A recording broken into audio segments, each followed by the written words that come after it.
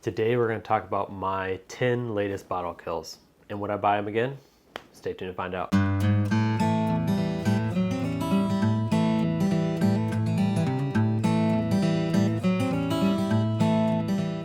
Welcome back to the Bourbon Retriever, where I go on the wild, hunt bourbon, and bring it back for you. Today we're going to talk about the 10 latest bottles that I've killed, and I'm currently contemplating, should I buy them again? I can tell you right now, it's not going to be a yes for all of them, so let's go and jump in and see what they are. First on this list is a J Bowman single barrel. These come in at roughly around $50 to $60 depending on your area. They can be very hard to find. It's under the Sazerac branding. Some people say that it's Buffalo Trace mash bill distilled and then shipped over to Bowman. They haven't confirmed or denied that, but I can tell you that it tastes very similar to each Taylor Small Batch. They're both at 100 proof and probably use roughly the same mash bill. So I really enjoy drinking these bottles. I think this can be a great, I don't like to use the word Taylor pour, but it's just a great standard bourbon. Nothing wrong with it. Great mood setter pour, especially because it's 100 proof. Just get your night started going. There's nothing complex about it, nothing off-putting, nothing wild and out there. It just gives you your simple, nice vanilla, caramel, bourbon, charred oak notes. And in fact, I think this is probably one of the better summer pours, just with how fruit forward the drink is, and with how hard it is to get E.S. Taylor Small Batch in Virginia. It is almost impossible. I've seen E.S. Taylor Small Batch maybe like 2 to 3 times a year, whereas this is almost always on the shelf. In Virginia, they did just make it allocated, but even on allocation days, I don't think this is going to go fast, so I think you have a good chance to grab this. So it's a bottle that I like to have on my shelf. It's not a bottle I feel like I must have, especially now with it being allocated. I don't think it's a bottle that I'm going to run out and spend waiting in line, using my drop day purchase on it. It's just not a bottle I care that much about, considering I view it just as a nice standard drinking bottle. I have plenty of other whiskeys that I can go to and drink for that. If you haven't had a J Bowman, I would recommend you go out and buy it. It's a great bottle to have on your shelf. But for me personally, since I've already gone through it, I enjoy it, and now just how hard it is to get for me, and I've had it before, I think I'm going to allocate my money towards other bottles to get. Next on this list is Old Forester 1910.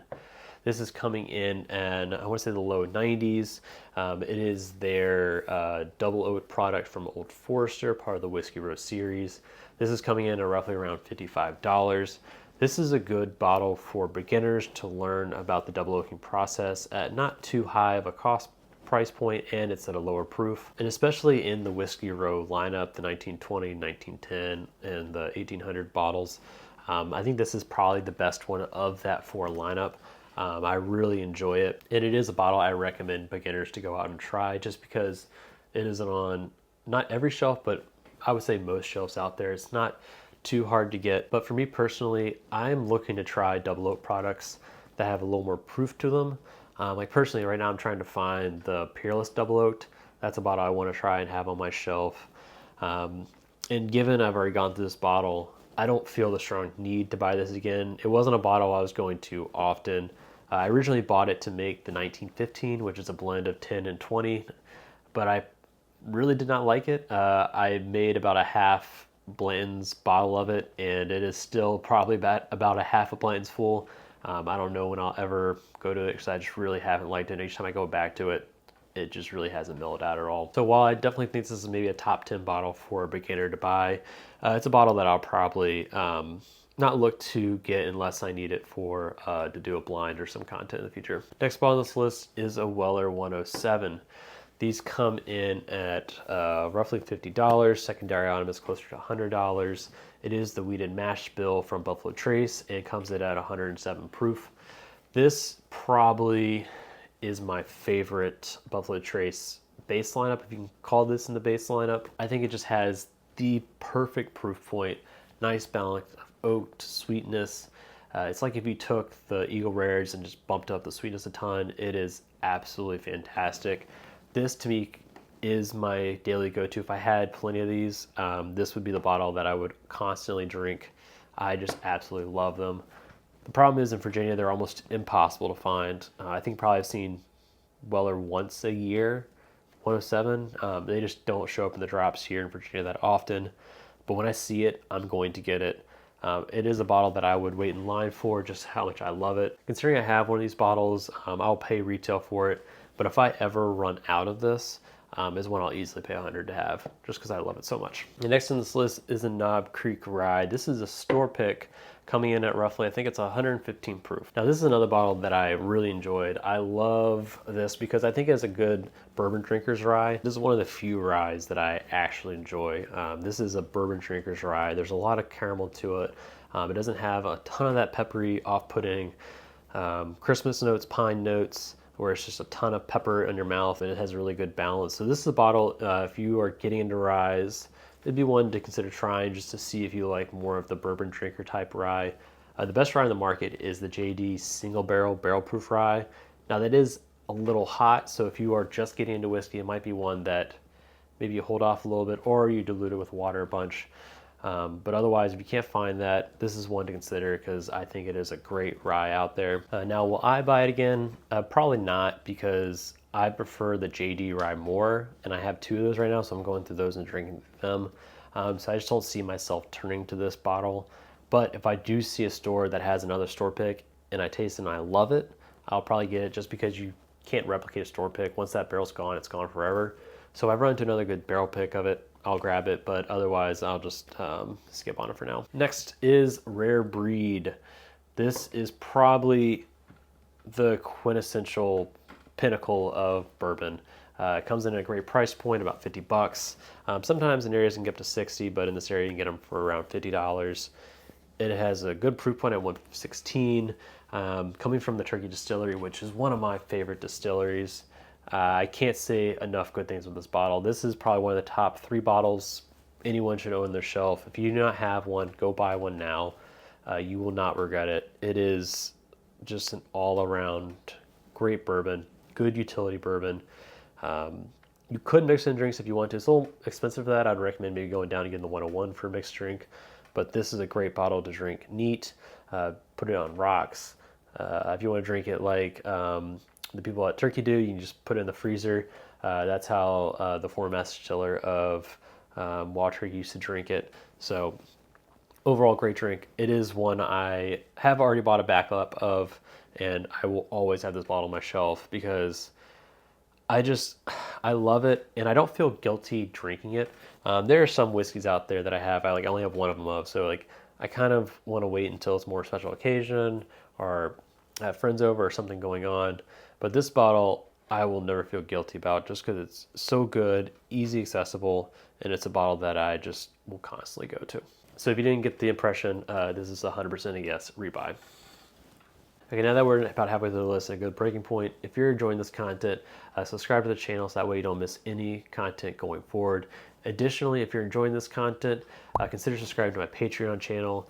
It's a fast-growing channel with a lot of costs that I just did not anticipate. So any support you'd provide through Patreon would be greatly appreciated. And next on this list is Elijah Craig Barrel Proof. So these come out 3 times a year, the A, the B, the C batch. They're roughly around $70. The proof and the age on them vary. It'll be interesting to see how the ages are this year, if they do the medium, low, high again, or if it's just variable. Like maybe will the C always be the highest, or maybe some years the A will be the highest age stated or the highest proof. Now this is another staple of my collection. I will always have an Elijah Craig, either single barrel or one of the barrel proofs on my shelf. I have several of them up there that I am going through, and I love this bottle. This is another bottle I think everyone should have on their shelf. People talk about the different batches, their favorites, but to me there never really is a bad batch. It's always just relative to the other batches. So if you don't own one, just go out and buy one, have on your shelf to drink it. Once you drink through some of them, you'll understand what people are saying about the batch variants and the differences between them. There are some that are better than others, but I just haven't had a single bad batch. Now this is sadly the C923, which is probably the best batch they've put out in recent memory.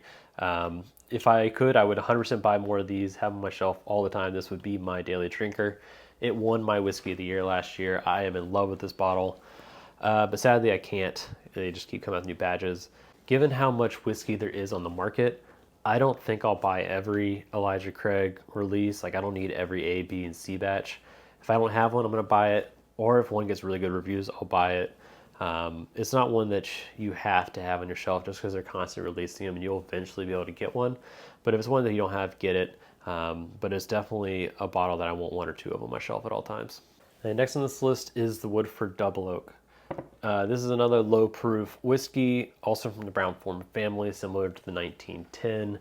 It's a double oak product, and it has a lot of the same issues to me that the 1910 did. I think the 1910 is better than the Woodford Double Oak.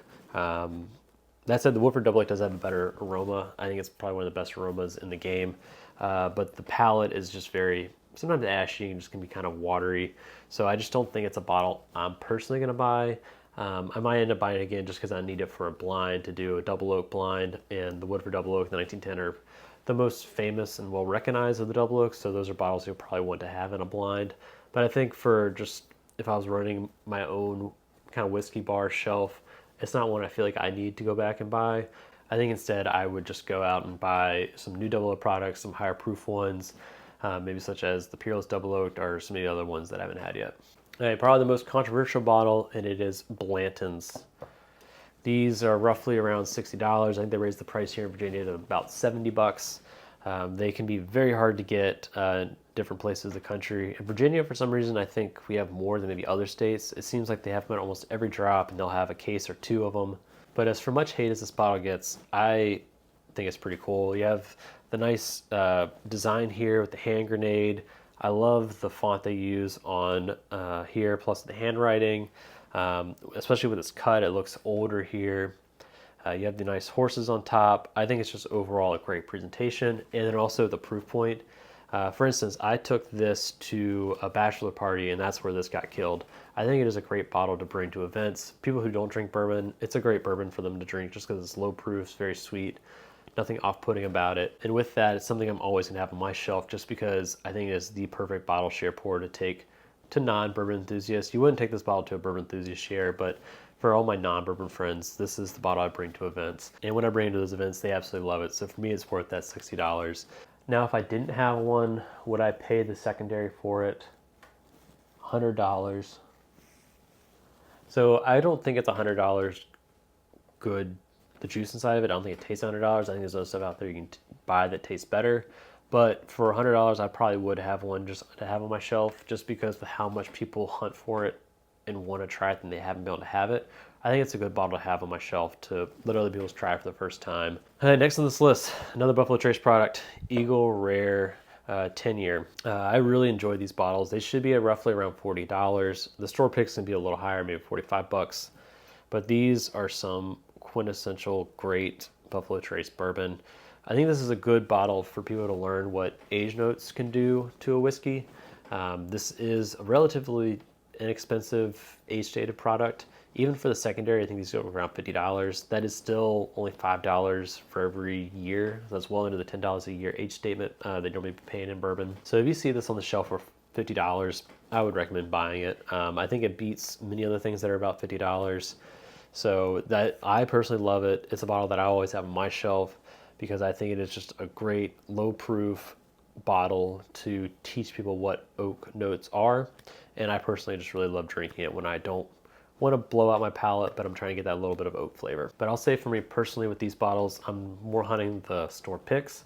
I'm lucky enough to have two of them. Currently one's open, one's in a backup. So if I ever see another store pick, I'll buy it just to keep that in rotation. But if I'm out, I run out of store picks and I see one of these on the shelf, I would buy one for $50 just to have one. All right, last bottle on this list, it is a Larsy Barrel Proof. So I personally actually overlooked this bottle for the longest time. Heaven Hill always put this out at the same time as the Elijah Craig's, and I was just a big Elijah Craig fanboy. I'd always buy that one. I never really thought about buying both at the same time, just maybe budget constraints. You also only be buying that much bourbon each time you go out. So whenever these both popped on the shelves, I would always just grab the Elijah Craig, and so this one always got left behind. But Fred Minnick put out a review on one of the batches, making two of them were in this top 5 of the year, so I was like, okay, let me go ahead and get it. So I went and grabbed it, and I'm telling you, do not sleep on these bottles. They are fantastic weeder bourbons at high proof. I think they come in at roughly $60, which is a great value. Highly recommend you running out and buying one of these bottles. I will say there is batch variance between these. Some batches can be phenomenal, some can be almost just kind of mediocre. So look out there, see if you can find a review on either Breaking Bourbon, Fred Minnick, maybe someone else out there that you trust. And when they talk about there being a good batch, go out there and grab that one, have it on your shelf. This is not one you need to run out and get today just because of the batch variance, but if you ever hear of a decent one, see if you can grab that one without too much effort. These normally aren't that highly allocated, so you can get them, even the good batches, with not that much effort. So wait until you hear a good review about a good batch. Go get that one because the good batches are great values for the price. So for me, I guess that means that this is a 50-50 backup buy. If I run out and there isn't a good batch released, I'll wait. But once a good batch is released, I'll buy that to have on my shelf. So that's the list of my latest bottle kills and would I buy them or not buy them again. If you're enjoying this content, before you head out, check out this video or this one. And until next time, cheers.